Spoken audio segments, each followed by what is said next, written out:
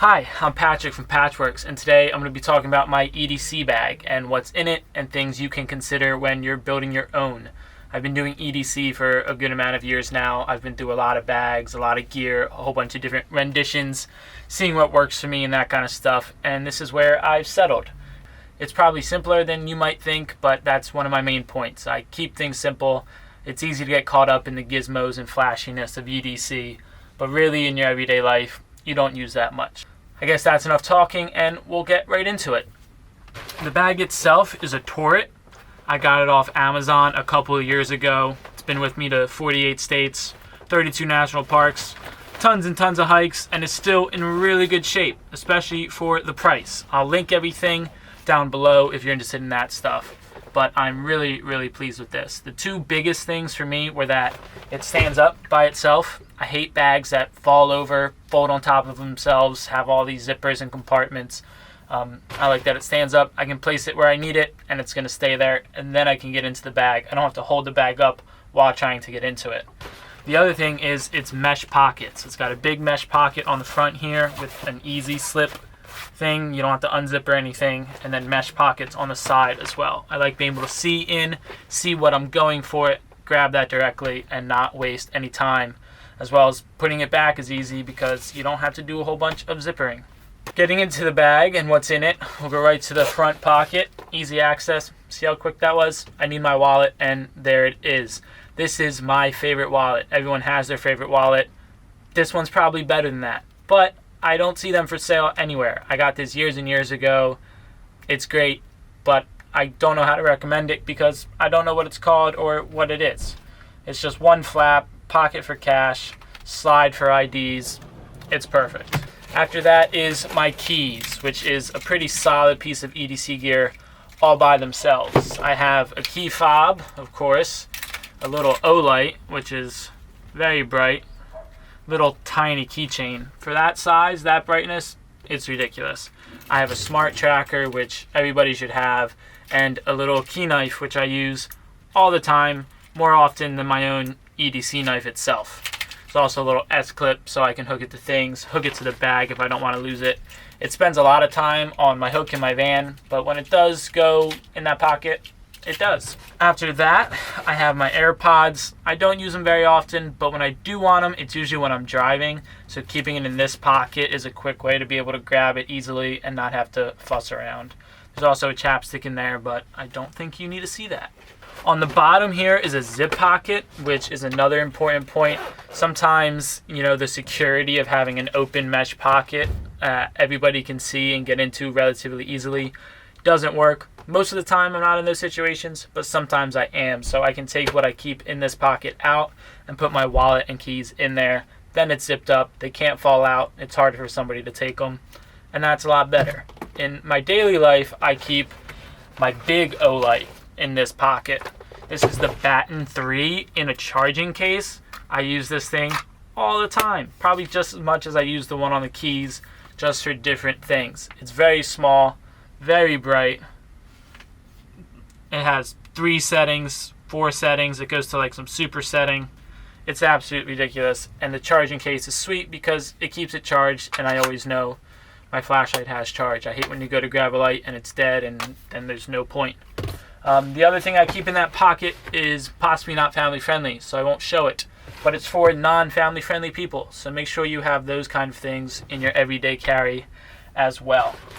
On the side, this might be funny, but also a little bit genius, I keep extra socks, a pair of socks, a spare pair of socks, if you will. Sometimes you need a pair of socks. I'm in mud, I get wet, my feet sweat, I need a new pair of socks. I like having a pair with me, and they take up no space. I also have a charger cord, charger block, and a lighter in this pocket. This is a mesh pocket, so I can throw a bunch of little things in there, but I can see it. So if I need this, I can go right to it and pull it out. Mesh pockets are the best.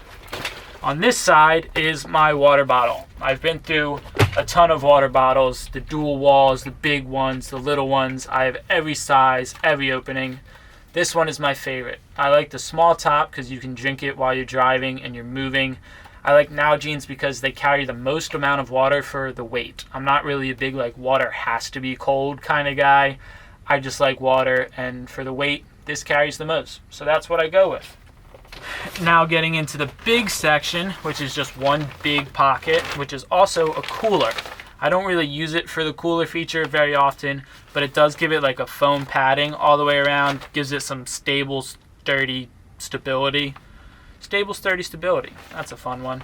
And is also like pretty leak proof, so if something spills in there, it doesn't get everywhere. It's just contained, which is pretty good. It's not perfect, but it's pretty good. Inside, I carry my GoPro most of the time because I never know, and I like having cameras with me. An adventure towel, which if you don't have, you're slacking. This is a microfiber towel. It folds up super small. It's super lightweight. It gets very big, and it dries a ridiculous amount. A ridiculous amount. You can dry yourself and then like 3 other friends, and then it will still dry. It almost gets to like a squeegee point. It's also good if you spill something, or you're at the beach and you want to lay a towel. I always have a towel with me. I will probably soon get a bigger, thicker towel that's a little more comfortable.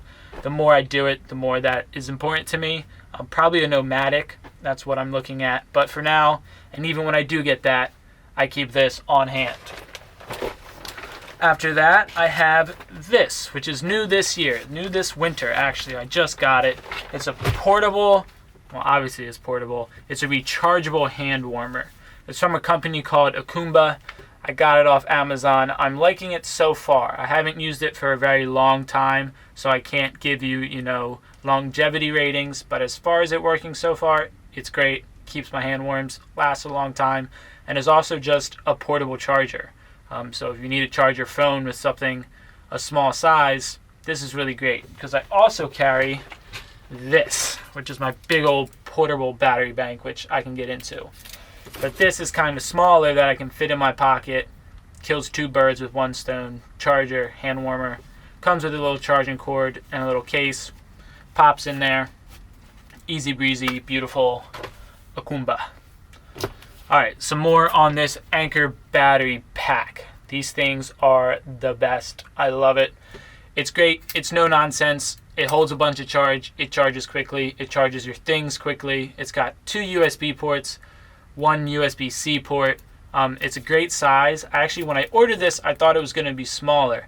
I was hoping for just a pocket one, but it's quite big. But it doesn't take up much space because it's so flat. It sits on the bottom of my bag and kind of weighs it down, which is pretty helpful. And then if I need a small one, I have that hand warmer that can also be just a little portable charger. Ankers I saw at Gutted this year. They're pretty much the name in portable batteries right now. I used a Brookstone for a really long time, but it finally died, and I got myself one of these, and it's absolutely great. I can plug it in and lay it on just the bottom of my bag and run a cord out. So like when I'm flying in the airports, which is what I usually use that for, it's just a wire sticking out and not a lot of mess.